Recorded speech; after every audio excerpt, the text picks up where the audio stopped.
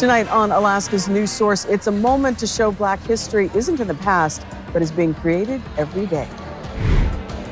In Fairbanks, the city is hoping to make the Golden Heart shine a little brighter this summer.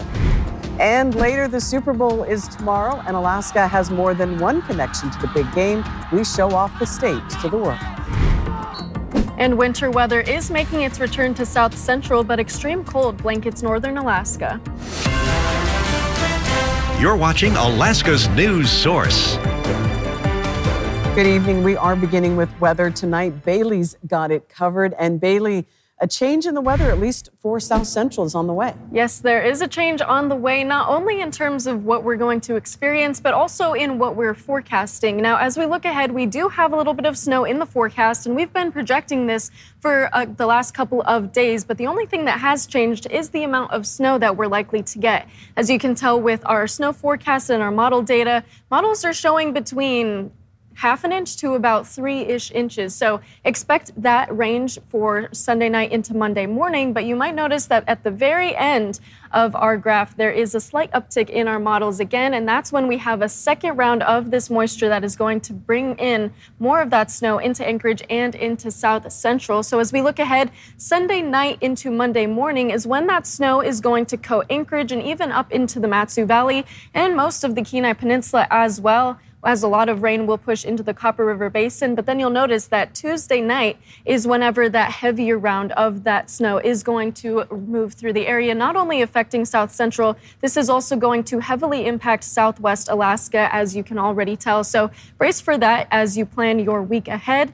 And with our weather warnings, we do have quite a few as of right now. This extreme watch is coating the entire North Slope. This is going to be for wind chill as low as negative 75 degrees. This will be in effect from Sunday through Tuesday, so brace for some colder temperatures to push on through. We also have this high wind warning that is in effect for the Aleutians, mostly for Adak and Adka, as wind gusts are likely to reach up to 85 miles per hour for tomorrow. So brace for some strong winds in the Aleutians and some wintry weather on the way into the week.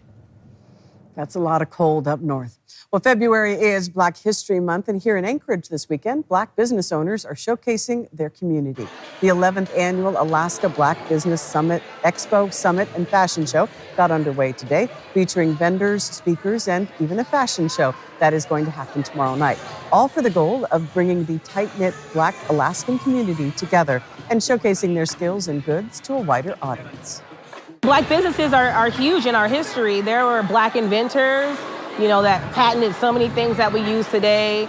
We had historical things like Black Wall Street, and even here in Anchorage, we had East Chester Flats, which is like a local Black Wall Street neighborhood that was in Fairview. So it's just kind of reminding everybody Black history isn't just in the past, it's in the making. I believe we do excellent business, and I love the fact that we all get together at one time and kind of play off of each other. To me, it's almost like a family reunion again.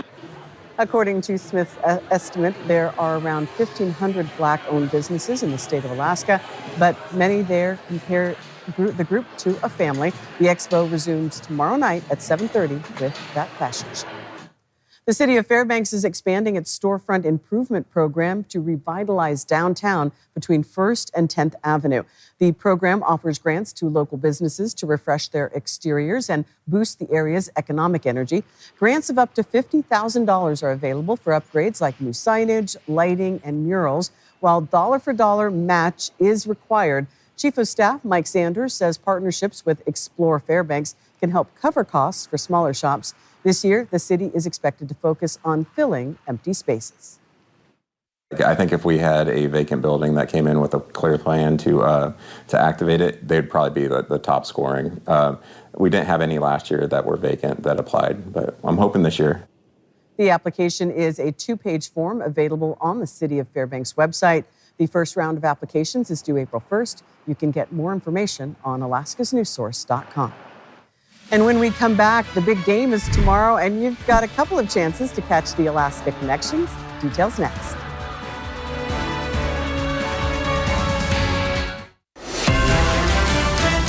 You're watching Alaska's News Source.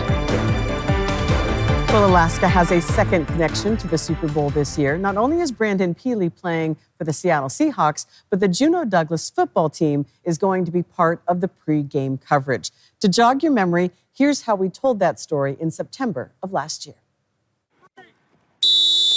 For someone like Alvin Aramburo, a 20-year officiating veteran in the state of Alaska, the chance to see a new field isn't a common one. Just got a call from one of our guys who assigns our teams, our officials, said, you don't have any games on Saturday, or you're willing to go down to Juneau? Already a unique and exciting opportunity, made all the more so by the presence of NBC Sports. According to the Juneau Douglas football team, they were selected from a pool of over 15,000 schools all across the country to be featured in an NBC documentary to be aired during Super Bowl 60, which NBC is also producing.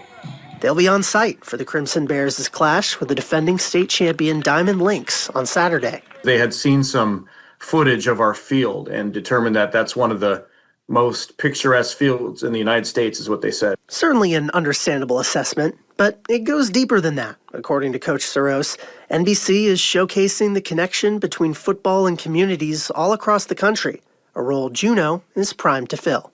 Exciting for, not Juneau and I think all of Alaska as a whole, just to kind of, get a little exposure for football up here. And we get that echo that goes in there with the crowd noise and stuff like that, and can make it a pretty awesome place when the place is rocking. And hopefully we'll be doing that on Saturday. The squad from Alaska's capital city, bound and determined to show that football in the last frontier is no joke. Sometimes I think that they think the skill level, isn't what it is down south. I think it's been proven we have players that obviously have made it to the NFL out of Alaska. There are just a lot of athletes in this state that are have college level abilities, but maybe don't get that recognition because of where we're located.